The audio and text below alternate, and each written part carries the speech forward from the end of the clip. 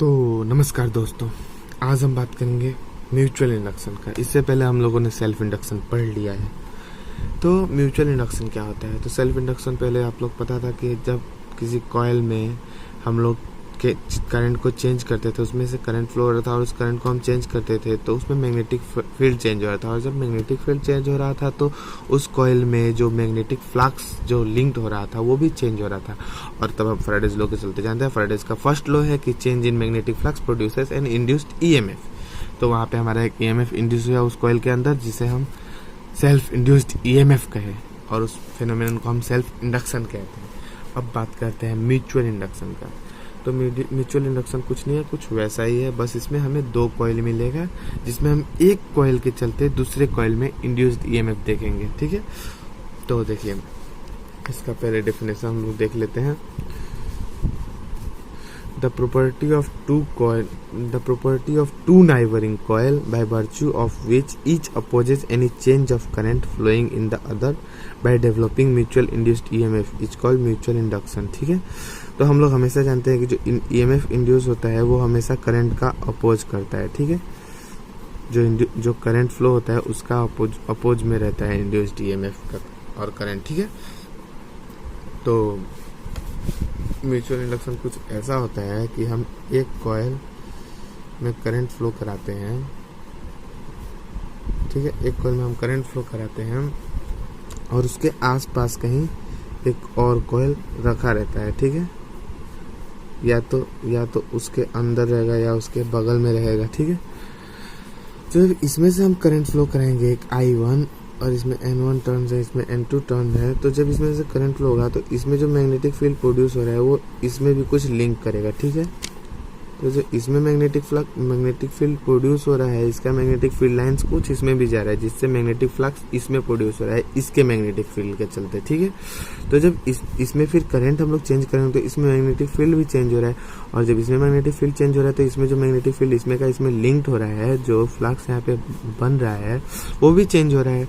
तो इसमें भी हमें एक इंड्यूस्ड ईएमएफ मिलता है। ठीक है, जिसे हम म्यूचुअल इंडक्शन के द्वारा इंड्यूस्ड ईएमएफ कहते हैं। ठीक है, तो हमारे इस कॉइल के चलते इसमें हमें एक ईएमएफ इंड्यूस होता हुआ मिलेगा, उसी का हम ईएमएफ का वैल्यू देखेंगे। और हमारा म्यूचुअल इंडक्शन का जो म्यूचुअल इंडक्शन कोएफिशिएंट है, कोएफिशिएंट ऑफ म्यूचुअल इंडक्शन, उसका वैल्यू कितना होता है उसका डेरिवेशन हम करेंगे।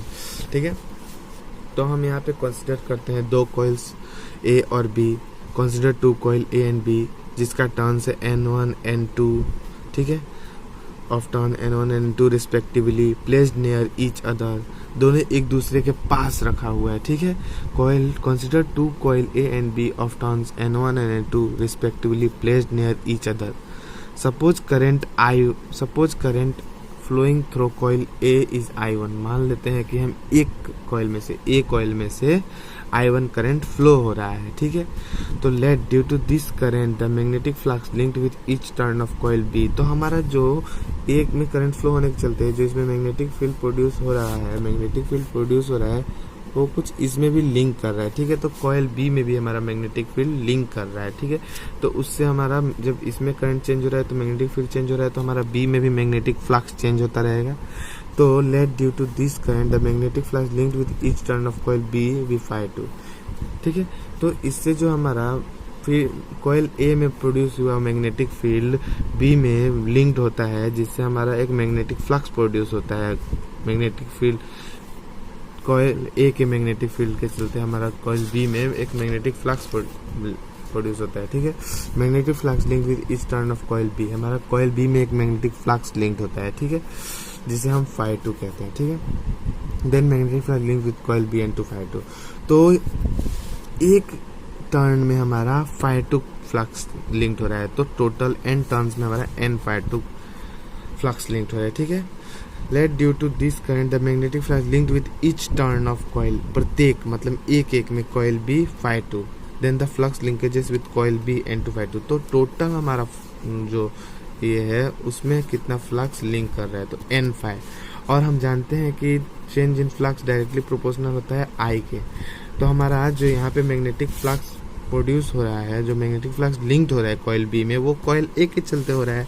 कॉइल ए के करंट के फ्लो के चलते हो रहा है, इसलिए N2/2 directly proportional to I1 होता है। तो देखिए हम I1 के चलते I2 में फ्लक्स प्रोड्यूस करा रहे हैं, इसका मतलब यही तो म्यूचुअल है। म्यूचुअल मतलब क्या, दो चीजें मिलकर, ठीक है। तो कॉइल ए से हम कॉइल बी में मैग्नेटिक फ्लक्स लिंक हो रहा है और उसमें हम ईएमएफ इंड्यूस हो रहा है देखते हुए देख रहे हैं, तो वही हमारा म्यूचुअल इंडक्शन है। तो N2/2 is directly proportional to I। अब हमें फिर से प्रोपोर्शनलिटी साइन हटाने के लिए एक कांस्टेंट बैठाना होगा, जिसे हम M बैठाते हैं। वेर M एक कांस्टेंट हो गया यहाँ पे, जिसे हम कोफिशिएंट ऑफ म्यूचुअल इंडक्शन कहते हैं, ठीक है। तो N2/2 इक्वल टू MI। देखिए N2/2 is directly proportional to I, N2/2 equal to MI। हम प्रोपोर्शनलिटी साइन हटाने के लिए, इक्वल बैठाने के लिए हम यहाँ पे कांस्टेंट बैठा है M, जिसको हम M equal to M is a constant which is called coefficient of mutual induction, ठीक है। तो देखिए हम M को अलग कर दिए और सारा टर्म्स एक साइड ला दिए। तो म्यूचुअल इंडक्शन का कोएफिशिएंट ऑफ म्यूचुअल इंडक्शन का वैल्यू होता है N2/2 बाय I1। देखिए where M is a constant of proportionality is called coefficient of mutual induction of the coil। M एक कांस्टेंट है जिसे हम coefficient of mutual induction of coil कहते हैं, ठीक है। अब हम देखते हैं कि कॉइल ए के चलते कॉइल बी में कितना ईएमएफ इंड्यूस हो रहा है, ठीक है। कॉइल ए के चलते कॉइल बी में हमारा कितना ईएमएफ इंड्यूस हो रहा है, उसका मैग्नीट्यूड निकालते हैं।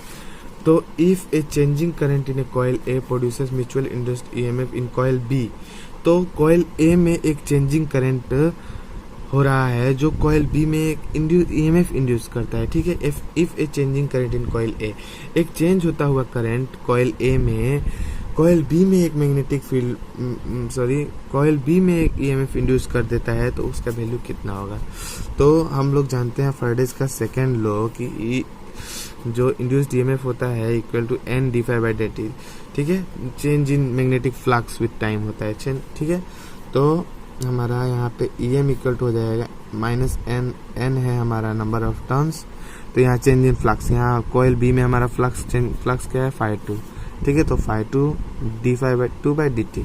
और हम लोग फिर हम N जानते हैं कि नंबर ऑफ टर्न्स कांस्टेंट है, तो इसको इधर ला दिए N∅dt। और हम जानते हैं N∅ इक्वल टू MI होता है, ठीक है। ये हम जानते हैं। तो N∅ की जगह हम MI बैठा दिए, और जो हमारा वो M है वो भी एक कांस्टेंट है जिसे हम कोएफिशिएंट ऑफ म्यूचुअल इंडक्शन कहते हैं, तो वो बाहर आ जाएगा। EM equal to -M di/dt। ये हमारा हो गया magnitude of induced EMF due to mutual induction, ठीक है। तो कॉइल ए में,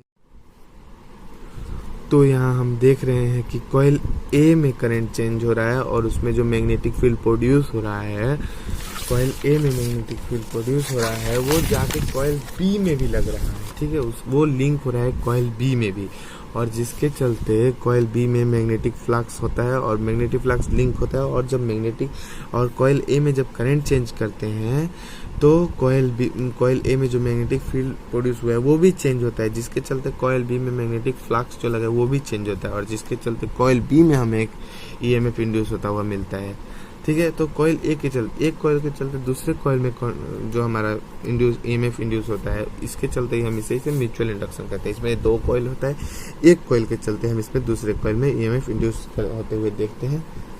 तो उम्मीद करता हूँ आपको म्यूचुअल इंडक्शन भी समझ आ गया होगा। तो वीडियो को लाइक करना बिल्कुल नहीं भूलना, और साथ ही चैनल को सब्सक्राइब कर लेना, और वीडियो को शेयर करना ताकि आपके और सारे फ्रेंड्स को हेल्प मिल सके। मैं आपको एक्सप्लेन करने के साथ नोट भी प्रोवाइड करा सकता हूँ, तो नोट आपको ये बेसिक कंप्लीट करेगा। और सबसे ज़रूरी है प्रैक्टिस तो करना ही पड़ेगा। मैं भी एक स्टूडेंट ही हूँ, तो प्रैक्टिस करने का भी बहुत ज़रूरी है। समझने के साथ हमें प्रैक्टिस करना बहुत ज़रूरी है। मैं भी एक स्टूडेंट हूँ, मैं भी जानता हूँ। तो चैनल को सब्सक्राइब करना बिल्कुल नहीं भूलना। तो अभी के लिए इतना ही, अलविदा, थैंक यू।